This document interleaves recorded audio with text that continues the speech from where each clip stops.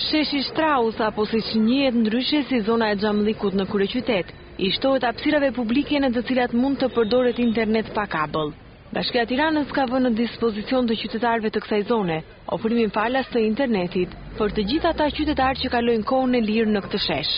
Ky projekt do të jetë i prekshëm edhe për komunitetet e tjera, ndërkohë që besoj dhe shpresoj që jo vetëm projekti i wirelessit në hapësirat publike, po dhe një sër idesh dhe nismash tjera do të jenë shpejt pjesë e prekshme e jetës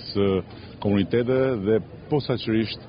për ata më të rinj dhe ata më të moshuar. Përveç parkut Alidemi, ku mund të gjesh falas shërbim interneti pa kabël, projekti pritet të aplikohet edhe në disa nga sheshet dhe lulishtet e tjera të Tiranës, ku bashkia ka investuar për përmirësimin e infrastrukturës.